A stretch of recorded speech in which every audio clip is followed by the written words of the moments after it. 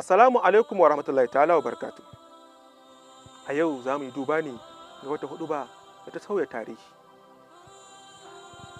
Kafin waƙiyar Karbala da kuma shigowar ribatattun yaƙin da aka kama a filin Karbala, al'ummar ƙasar Sham suna ganin Imam Ali da 'ya'yansa a matsayin maƙiya addini.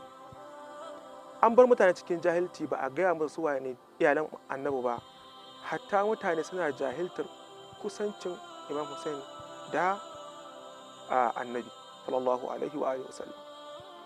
A yayin da aka shigo da wayannan kafila din kuma ce wannan tawaga daga Karbala, an yi ƙoƙarin sauya tarihi, an yi ƙoƙarin rubuta wani abu na daban a bainar jama'a. An yi ƙoƙarin nuna kan cewa su ne masu laifi kuma sun yi tawaye ne a ce sa abin da ya same su.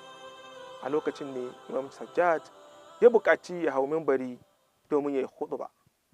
Wannan huɗubar ita ce ta girgide sarautar masarautar Dimashq, wato Siriya a yau.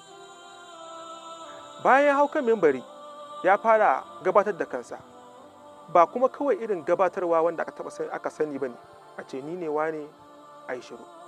Ya bayyana shi ɗan wane ne, wanda kuma sai da ya dangana da wannan asalin nasa na tarihi, a inda yake cewa ana ibnu makkata wa mina, ni ne ɗan makka da mina.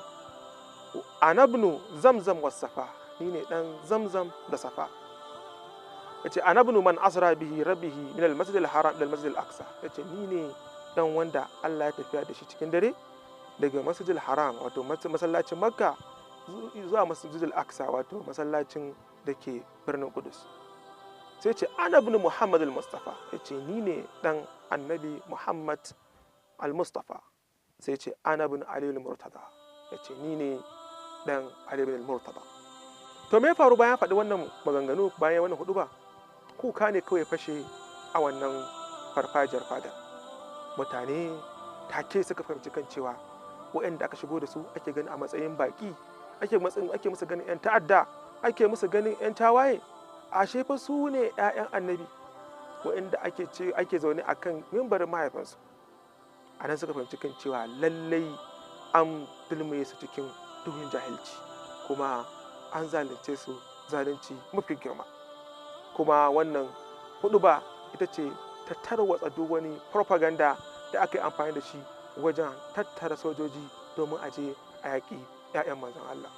Wannan mataki da ya faru a wannan lokacin yana koya mana kan cewa muna iya bayyana gaskiya ba tare da mun ɗauki makami ba.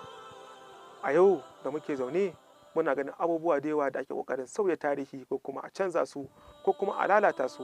To idan mun san gaskiya, muka iya fitowa mu bayyana shi. Hakan zai taimaka wajen tsamo mutane daga ƙangin jahilcin da aka jefa su da ba san abin da ke faruwa ba. Kuma da haka ba za mu bari abin da tarihi ba, kuma tarihi zai dinga ambata mu a matsayin waɗanda suka yi ƙoƙarin hana yin coge a cikin tarihi. Wassalamu alaikum wa rahmatullahi ta'ala wa barakatuh.